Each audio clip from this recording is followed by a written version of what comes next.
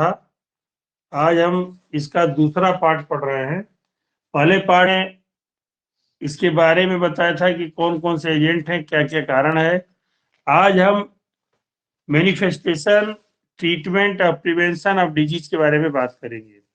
Manifestation और treatment और prevention, अभिव्यक्ति, और ट्रीटमेंट माने इलाज, और प्रिवेंशन माने इसका बचाव कैसे किया जा सकता है, इसके बारे में बात करेंगे।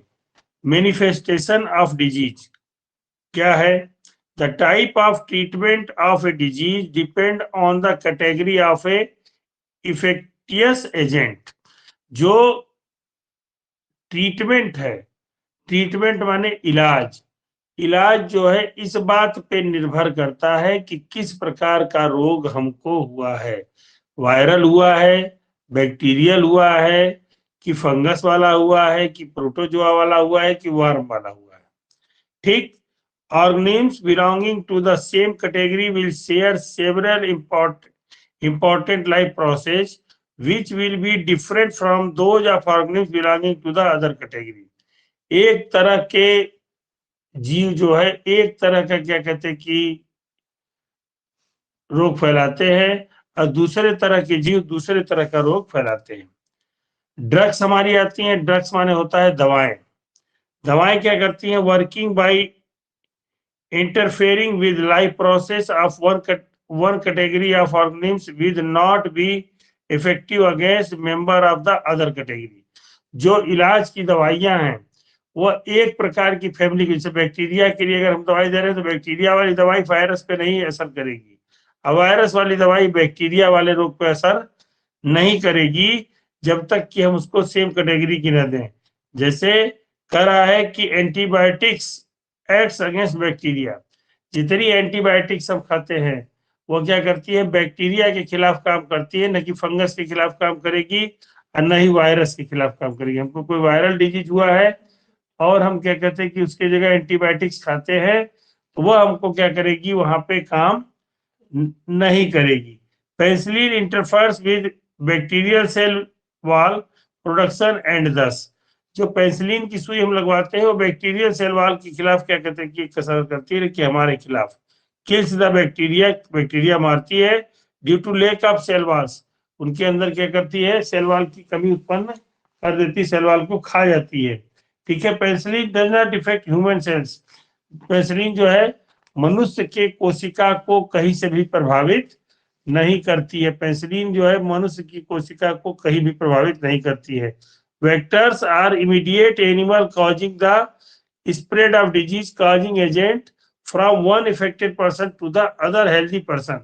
Vectors क्या है? वह जीव हैं जो एक इफेक्टेड पर्सन से दूसरे इफेक्टेड पर्सन तक रोग को फैलाने का काम करते हैं।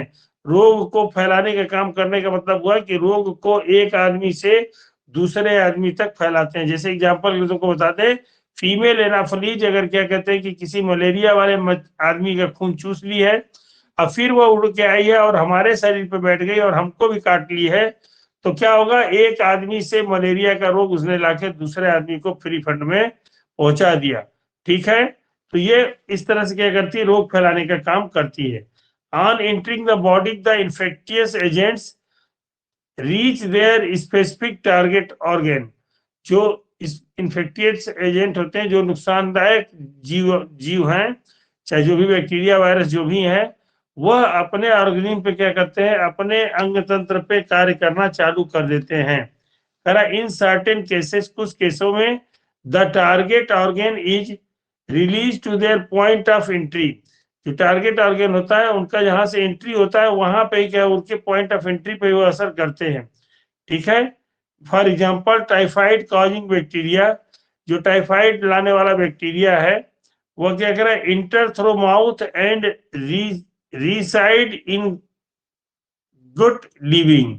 कह रहा है कि जो इसका बैक्टीरिया है हमारा टाइफाइड का, वह मुंह के द्वारा ही हमारे शरीर के अंदर पहुंचता है। वह और कहीं से नहीं पहुंचता है शरीर में, मुंह से ही पहुंच जाता है। मुंह से हम जब खाना खाते हैं तो हमको वह बैक्टीरिया आराम से पहुंचता है अब पहुंच के हमारे शरीर के अंदर क्या करता है, रोग को, टाइफाइड को उत्पन्न कर देता है। टाइफाइड में बुखार आता है बहुत तगड़ा तगड़ा, और आदमी की तबीयत क्या रहती है, स्वस्थ नहीं रहती है। तो ये क्या कहते हैं कि टाइफाइड को फैलाता है। In other instances the target organ of microbe has no relation to their point of entry. जो टारगेट ऑफ माइक्रोब्स है उसका क्या कहते हैं कि कोई रिलेशन नहीं होता है कि जहां से वो घुसा है वहां पे भी रोग वो फैलाएगा। टाइफाइड पूरे शरीर में, पेट के, हाथ के ज्वर से हो जाता है, ऐसा नहीं कि खाली मुंह में भी कोई इन्फेक्शन फैलाएगा, ऐसा कोई जरूरी नहीं है। HIV enters through the sexual organs but spread to all the lymph nodes। जिसे HIV है वो सेक्सुअल ऑर्गन से घुसता है, लेकिन क्या करता है, लिम्फ नोड पे क्या करता है, सब जगह नुकसान पहुंचा देता है। The symptoms of a disease depend on the target organ infected by the microbe. जो टारगेट ऑर्गन हमारा अंदर है, ऑर्गन का मतलब कि जिसको टारगेट बनाया है माइक्रोब ने, कि कौन से अंग को हमारा प्रभावित करेगा, उसी पर वो क्या करेगा, इफेक्ट डालेगा, और किसी दूसरी चीज पे इफेक्ट नहीं डालेगा। जैसे cough and breathing problems are seen when huge lungs are infected. जब हमारे फेफड़े इन्फेक्टेड होते हैं तो हमको कफ की प्रॉब्लम होती है और ब्रीथिंग की प्रॉब्लम होती है, खांसी और जुकाम हो जाता है, और इससे हमारे फेफड़े क्या होते हैं, इन्फेक्टेड होते हैं। तो उस समय हमको ये क्या कहते हैं कि ये असर करता है। The AIDS causing virus destroys the functional of a immune system. जो एड्स वायरस है हमारा इम्यूनिटी सिस्टम, प्रतिरोधक क्षमता को घटाने का, इफेक्ट करने का काम करता है। हमने कल ही बताया था आपको पहले पार्ट में कि जब आप क्या कहते हैं, कोई एड्स जिसको हो जाएगा उसके फंक्शनल कार्य में क्या करेगा, वह नुकसान पहुंचाएगा। कोई भी एक अंग क्या होगा, हमारा खराब हो जाएगा, वो काम नहीं करेगा। काम न करने से हमारी क्या हो सकती है, मृत्यु हो सकती है। या एक विशेष प्रकार का रोग हो जाएगा, जैसे हमको बुखार ही हो गया तो बुखार उतरेगा नहीं, चाहे कितना भी पैरासीटामोल खा ले, नहीं उतरेगा, और अंत में क्या होगा, उस वायरस के कारण हमारी मौत हो जाएगी। या हमको पेचिस पड़ गई तो पेचिस ठीक नहीं होगी, इतनी ज्यादा पेचिस होने लगेगी कि वह हमको ठीक नहीं होगी और लास्ट में मर जाएंगे। इसलिए हर उसका, एड्स के वायरस का कोई लक्षण नहीं है जिससे कि हमको पता चल सके कि ये कौन सा रोग हुआ। बस इसका जांच लोग करा लेते हैं, पता चल जाता है कि एड्स हुआ है तो बस उनको ले जाके एक सेपरेट कमरों में रख दिया जाता है, जैसे होम क्वारंटाइन होते थे लोग। या नहीं तो अगर घर में अगर जगह नहीं तो उनको भेज दिया जाता है कि भाई जाओ बाहर खेतों में कहीं झोपड़ी उपड़ी डालकर अपना गुजारा बत्ता करो, रहो, क्योंकि घर के लोगों के साथ रहोगे तो तुमको वायरल डिजीज है और तुम अन्य लोगों को भी क्या करोगे, फैला दोगे। The severity of a disease is directly proportional to the number of infections agent present in the body। कह डिजीज का फैलना जो है किस पे डिपेंड करता है, नंबर ऑफ पर्सन्स, कितने लोग उस रोग से ग्रसित हैं। जब अगर ज्यादा लोग रोग से ग्रसित रहेंगे तो ज्यादा फैलेगा, अगर कम लोग रोग से ग्रसित रहेंगे तो कम फैलेगा। कहीं पे भी जो देखते हो महामारी आती है, संख्या बढ़ती है तो ज्यादा फैलता है। जैसे तुम्हारा इस समय कोविड का काल चल रहा है, कोविड में क्या है, अगर कोविड अगर ज्यादा फैल रहा है तो अगर रोगी ज्यादा मिल रहे हैं तो कोविड ज्यादा फैलेगा। और यदि रोगी कम मिले, मतलब कि जो रोगी है उनकी संख्या कम हो जाए, बहुत ज्यादा न रहे, तो यह रोग क्या करेगा, कम फैलेगा। ठीक है। ट्रीटमेंट ऑफ डिजीजेज, कैसे हम ट्रीटमेंट करेंगे, करा the infection diseases can be treated in 2 ways. जो इन्फेक्शन वाले डिजीज है, ठीक है, उनको हम 2 तरह से क्या करते हैं, ट्रीट करते हैं। Reduce the symptoms of the disease bye preventive treatment. जो डिजीज के सिम्टम्स है उसको उचित ट्रीटमेंट, उचित दवाइयां देकर हम क्या करते हैं, उसको कम कर लेते हैं।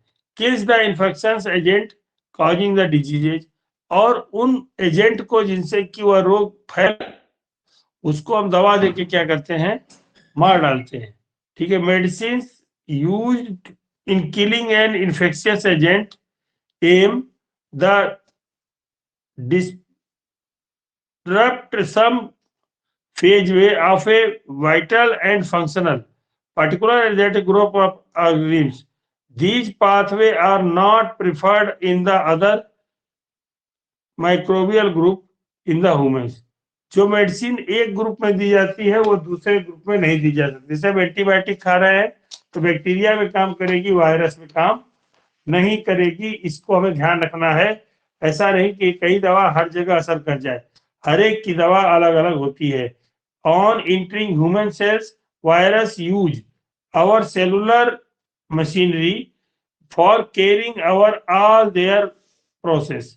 करा है कि वायरस जो हमारे शरीर में घुसता है तो हमारी सेलुलर मशीनरी में क्या करता है, जगह बनाता है, और उसी का उपयोग वो क्या करता है, सब जगह करता है। There are very few virus specific biochemical pathway that can be target in produce antiviral drugs. बहुत कम वायरस होते हैं ऐसे जो कि दूसरे तरह से जाए और एंटीवायरल ड्रग से न सही हो। The approach of treatment of an infections disease has 3 drawback. जो इन्फेक्शन से फैलने वाले डिजीज है, रोग हैं, उनके 3 कमियां होती है। पहला है रिकवरी ऑफ द पेशेंट में not be complete in certain cases. कुछ केसेस में रिकवरी मनुष्य की नहीं हो पाती है, मतलब आदमी पूर्ण रूप से ठीक नहीं हो पाता है, बना रहता है, कमजोरी बनी रहती है। कोविड काल में जिसको कोरोना हो गया उसके शरीर की रिकवरी अभी तक नहीं हो पाई है, उसको कमजोरी बनी हुई है, उसको शरीर में दर्द है, सर में दर्द है, परेशानी है, बुखार है, कमजोरियां है, तरह तरह की बीमारियां। ये क्या होती है, ये छूट जाता है।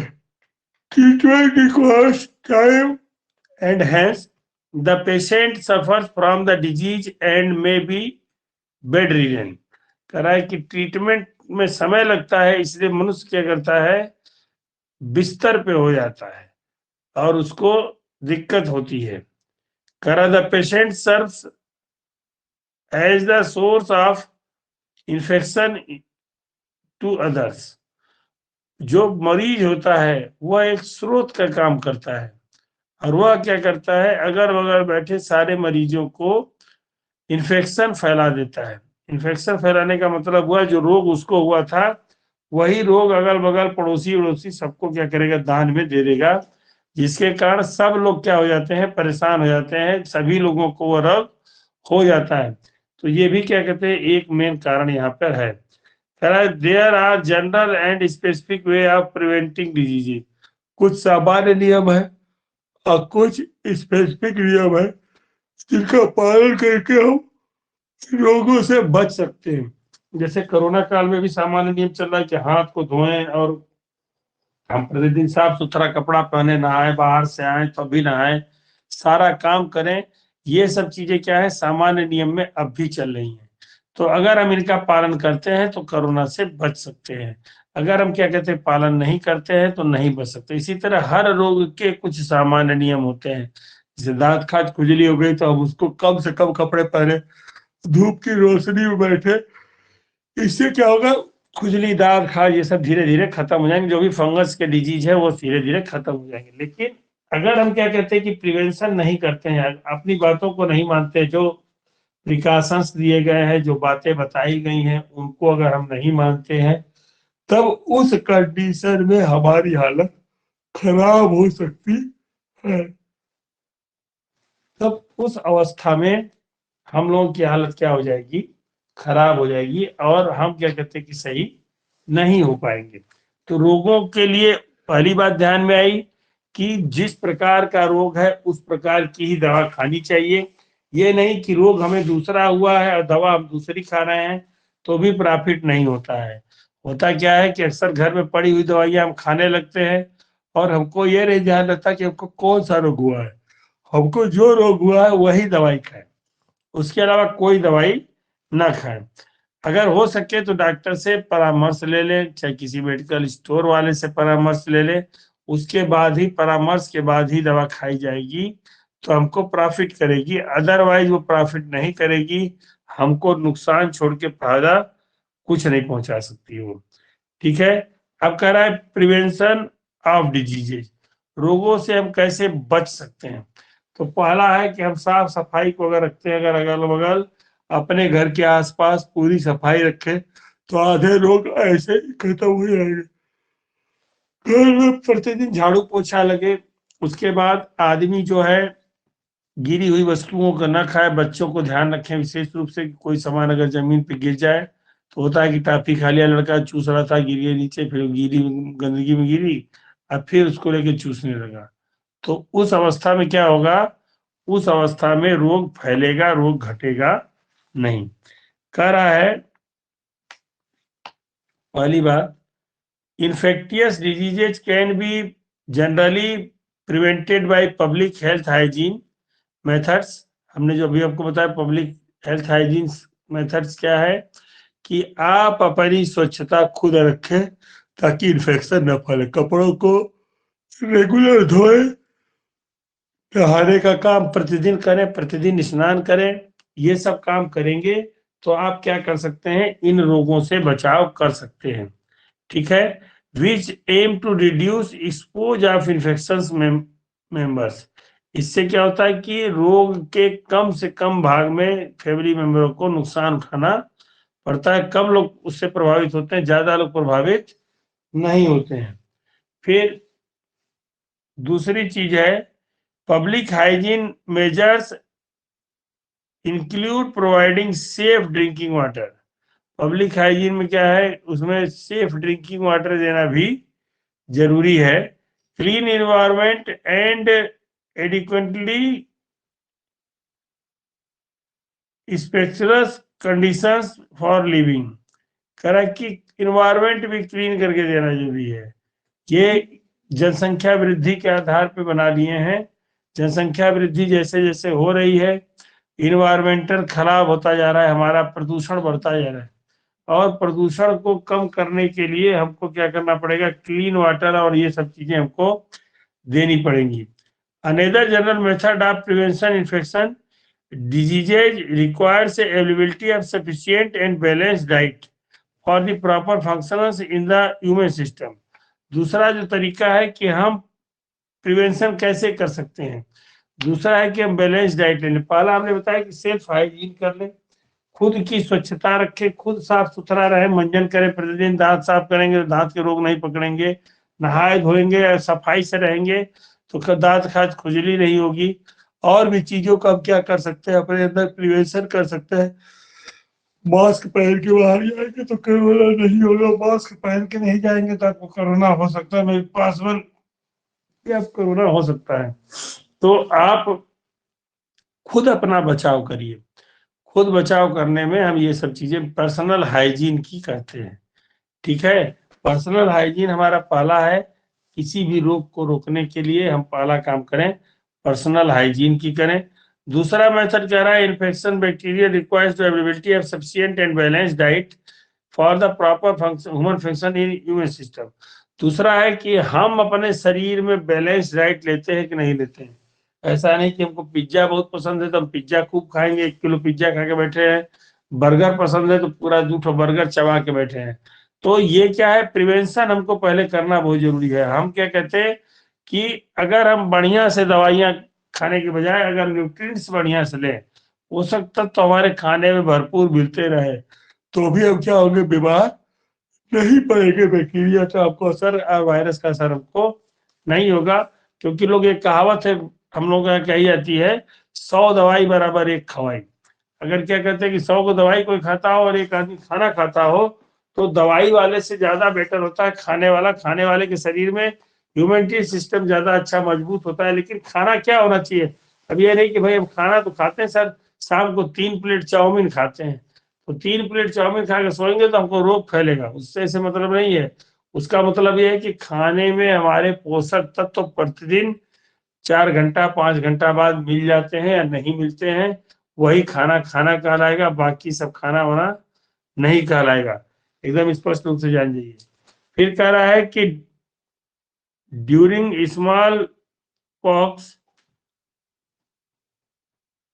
इपिडेमिक्स, जब छोटी बता घर में निकली हो, छोटी बता निकली होती है तो क्या होता है, वो वायरल डिजीज है, फैलता है।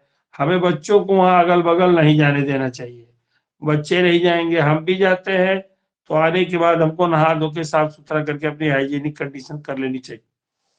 वो वायरस क्या है, अगर फैल गया स्मॉल पॉक्स का तो रोग फैलाएगा, बुखार होगा, बदन दर्द होगा, उसको परेशानी बढ़ जाएगी।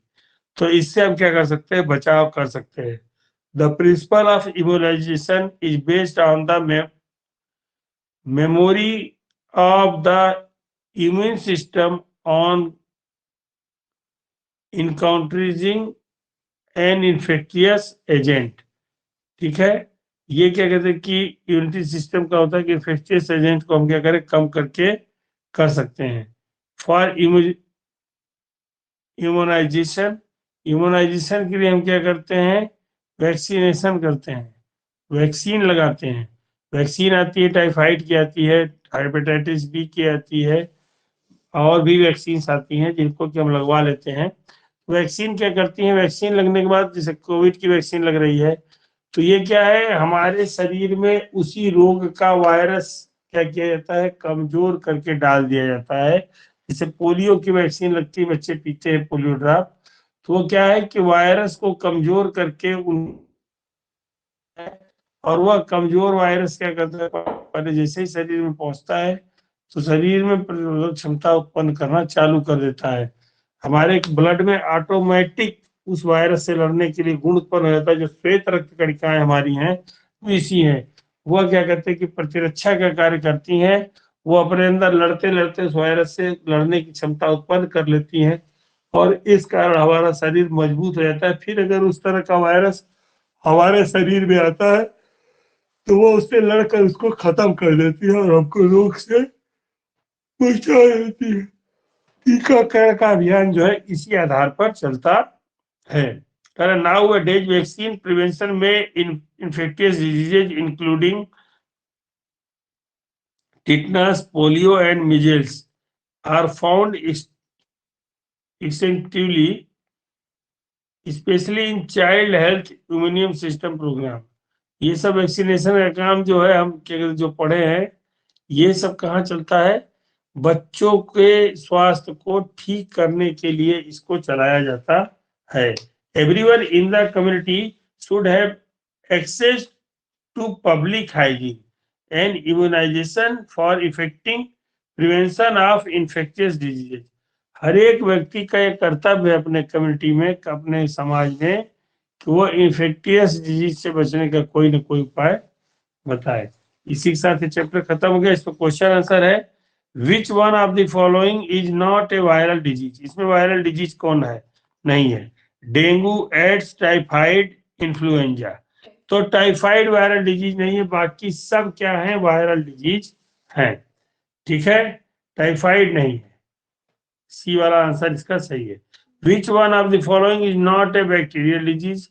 कौन बैक्टीरिया रोग नहीं है, कह रहा है कॉलरा। कॉलरा जो है आपका किससे फैलता है, बोलो, बैक्टीरिया से। टीबी का ट्यूबरकुलोसिस दिया वाला है। एंथ्रेक्स भी क्या है, वो बैक्टीरिया से फैलने वाला है। सिर्फ इन्फ्लुएंजा जो है क्या है, वायरस से फैलता है। जुकाम वाला जो इन्फ्लुएंजा होता है, फ्लू, ये वायरस से फैलता है, इसलिए ये बैक्टीरियल डिजीज नहीं है। फिर कह रहा है, which of the following disease is not transmitted by mosquito. निम्न में से कौन सा रोग जो है मॉस्किटो जो है के द्वारा, यानी मच्छर के द्वारा नहीं फैलता है। कह रहा है ब्रेन फीवर वाला, दूसरा कह रहा है मलेरिया, तीसरा कह रहा है टाइफाइड, और चौथा कह रहा है डेंगू।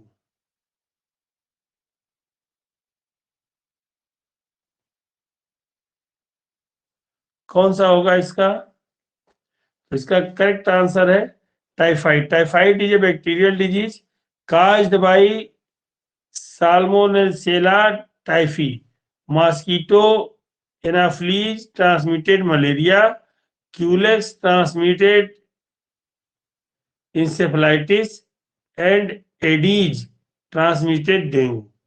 ये तीन प्रकार के मच्छर बताए, तीनों तीन तरह का रोग क्या करते हैं, फैलाते हैं।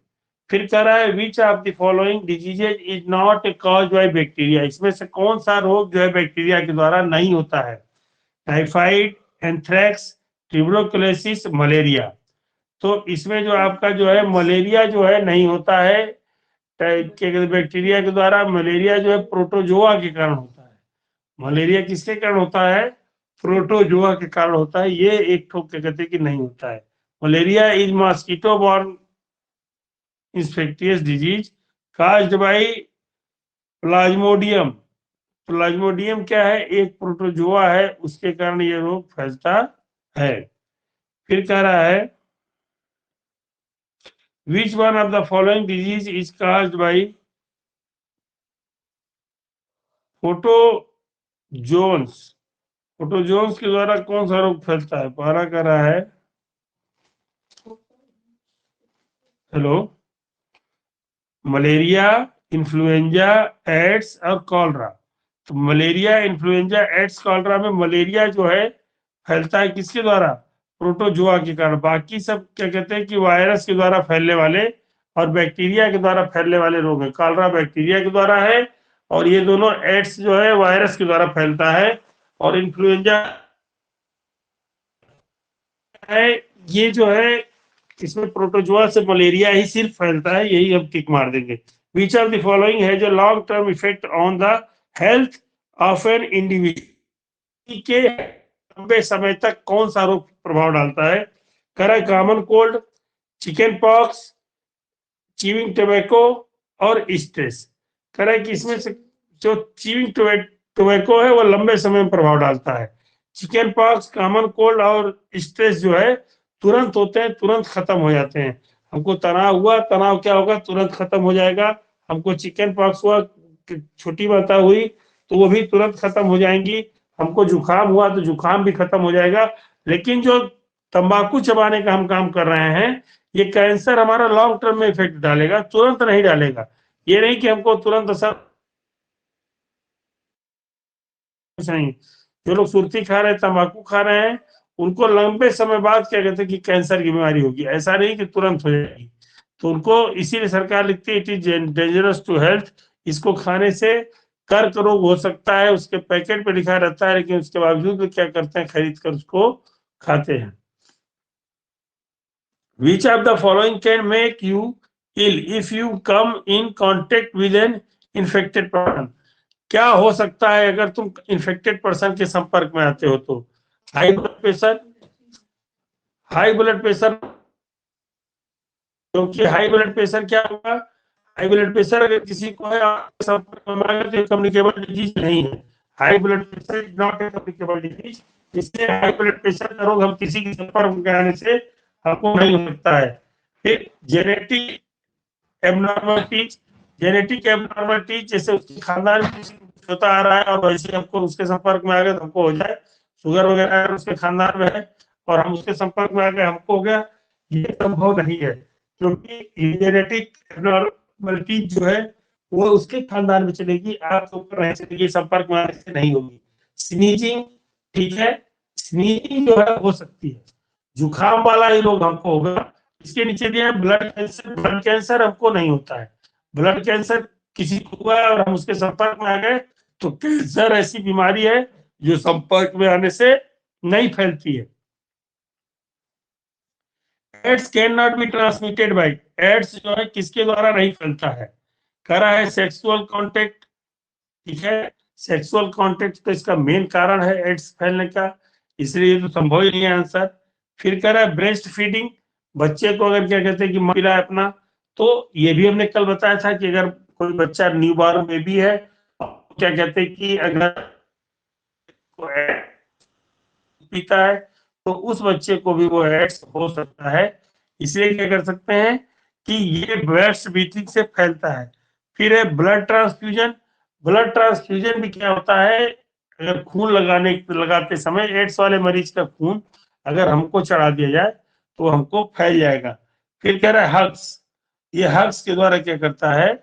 नहीं फैलता। हग्स माने कि एक दूसरे के गले मिलना में क्या होगा? ये नहीं फैलेगा। किसी व्यक्ति से गले मिलते हैं तो एड्स फैलने की संभावना नहीं रहती, मिलना उससे नहीं चाहिए। वायरल डिजीज हो सकता है वायरस हमको कहीं से पकड़ ले। फिर कह रहा है which one of the following cause kala-azar, काला बुखार किसके कारण से होता है? पहला करा है एस्केरिस के द्वारा। तो एस्केरिस क्या है? पेट में फीता कृमि, क्या कहते हैं कि हमको कीड़ी पड़ते हैं पेट में, केचुए पड़ते हैं, वो निकलते हैं, इसके द्वारा कालाजार नहीं होता है। फिर कह रहा है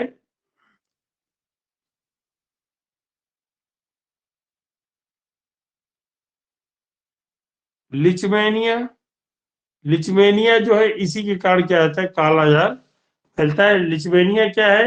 एक प्रोटोजोआ है जिसके कारण कालाजार नामक बुखार आता है। कालाजार जो है छोटे बच्चों में होता है, बड़े लोगों को कालाजार, काली खांसी, कालाजार, ये सब के टीके जो है लगवा दिए जाते हैं ताकि इनके रोगों से लड़ने रोधक क्षमता उस बच्चे में उत्पन्न रहे। फिर which disease is not transmitted by mosquitoes, mosquito के द्वारा कौन सा रोग नहीं फैलता? दिया है डेंगू, डेंगू मच्छर के द्वारा, मलेरिया मच्छर के द्वारा, रेड फीवर या इंसेफेलाइटिस, इंसेफेलाइटिस भी मच्छर के द्वारा फैलती है। और कह रहा है निमोनिया, तो निमोनिया मच्छर के द्वारा नहीं फैलती है। तरह के मॉस्किटो के द्वारा फैलने वाले रोग कौन से हैं? तो उसमें हमारे पास जो दिया है वो दिया है डेंगू, मलेरिया, इंसेफेलाइटिस, ये तीनों मच्छर से फैलते हैं। सिर्फ ये जो है हमारा निमोनिया का जो रोग है वह क्या कहते हैं कि मच्छर के द्वारा नहीं फैलता है, ये स्वयं फैलने वाला रोग है। ये निमोनिया जो दूसरे कारणों से फैलता है। फिर ठंडा लगने से। Choose the wrong statement, wrong statement आपको बताना है। कह रहा है कि high blood pressure is caused by excessive weight and lack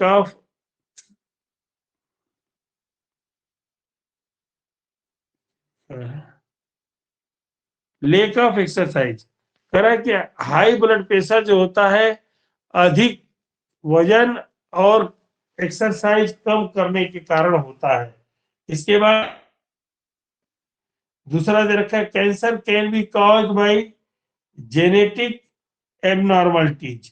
cancer जो है जेनेटिक एबनॉर्मलिटीज के कारण क्या कहते हैं होता है। इसमें हमको ये बताना है कि रॉन्ग स्टेटमेंट कौन सा है। ठीक है। फिर कह रहा है कि peptic ulcer are caused by eating acidic food. कौन सा पेप्टिक अल्सर जो है एसिडिक फूड खाने के कारण होता है, ये पूछ रहा है। ये बात बिल्कुल सही है। और फिर कह रहा है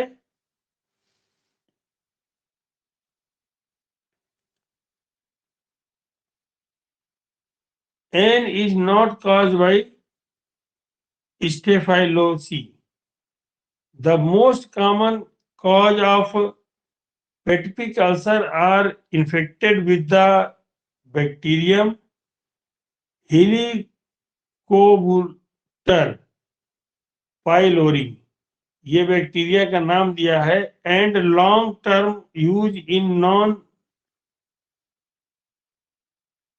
स्टेरॉयडल एंटी इंफ्लेमेटरी ड्रग्स। ठीक है। Food choose do not cause rapid ulcers. जो खाना हम चूज करते हैं वो रैपिड अल्सर के कारण नहीं बनता है। इसमें जो गलत स्टेटमेंट था यही था कि peptic ulcer are caused by eating acidic food. ठीक। Virus which cause hepatitis are not transmitted through. कह रहा है कि जो वायरस हेपेटाइटिस को फैलाता है वो किसके द्वारा ट्रांसमिटेड नहीं होता है? वाटर, फूड, पर्सनल कांटेक्ट या एयर। वह एयर के द्वारा नहीं फैलता है। वाटर, फूड और पर्सनल कांटेक्ट से क्या होता है? हेपेटाइटिस का वायरस फैलता है और ये उसका कारण होता है। फिर कह रहा है vectors can be defined as. Vectors को हम कैसे डिफाइन कर सकते हैं? Animals that carry the infecting agent from sick person to another healthy person. ये तो हमारा एकदम सही है, क्योंकि एक बीमार व्यक्ति से सही व्यक्ति में क्या करता है? वेक्टर्स में लेके जाता है एजेंट। वो क्या करता है? रोग का वाहक जो होता है वह एक बीमार व्यक्ति से स्वस्थ व्यक्ति में रोग को ले जाके पहुंचाता है। फिर है micro organisms which cause many diseases. जो माइक्रो ऑर्गेनिम्स है वो भी उसमें क्या कहते हैं कि बहुत अधिक डिजीज में प्रभाव डालते हैं। तो कह रहा है कि वेक्टर्स को हम डिफाइन किससे कर सकते हैं, ए वाले से डिफाइन कर सकते हैं, बी वाले सी वाले से डिफाइन नहीं करेंगे, क्योंकि ए में ही हमारा आंसर आ गया। तो 4 ऑप्शन में से जिसमें आंसर आ गया उसी को कर दे रहे हैं, बाकी जो नहीं आ रहा है उसको छोड़ दिया जाएगा। फिर कह रहा है कि making antiviral drugs is more difficult than making antibacterial medicinal. कह रहा है कि एंटीवायरल ड्रग की तुलना में एंटी मेडिसिन बैक्टीरियल जो है वह बनाना क्या है, कठिन होता है। कह रहा है बिकॉज, कारण क्या है, virus make use of host machinery. Virus जो है होस्ट मशीनरी का उपयोग करते हैं। तो इसमें क्या कहते हैं कि मेन कारण बस यही है कि virus make use of host machinery. Host machinery का काम करते हैं, मतलब कि दूसरे के घर में जाके रहने का काम करते हैं, इसीलिए वायरस स्प्रेड करता है। ठीक, तो यहाँ तक आप लोग सब दोहरा लीजिएगा, और इसका और भी क्वेश्चन आंसर होंगे उसको क्लास में बैठ के लगाइएगा। जो नहीं समझ में आएगा उसको आप क्या करेंगे, पूछ सकते हैं। और जो चीजें आपको समझ में आई होंगी, नहीं समझ में आ रहा है तो उसके लिए आप पढ़ सकते हैं कि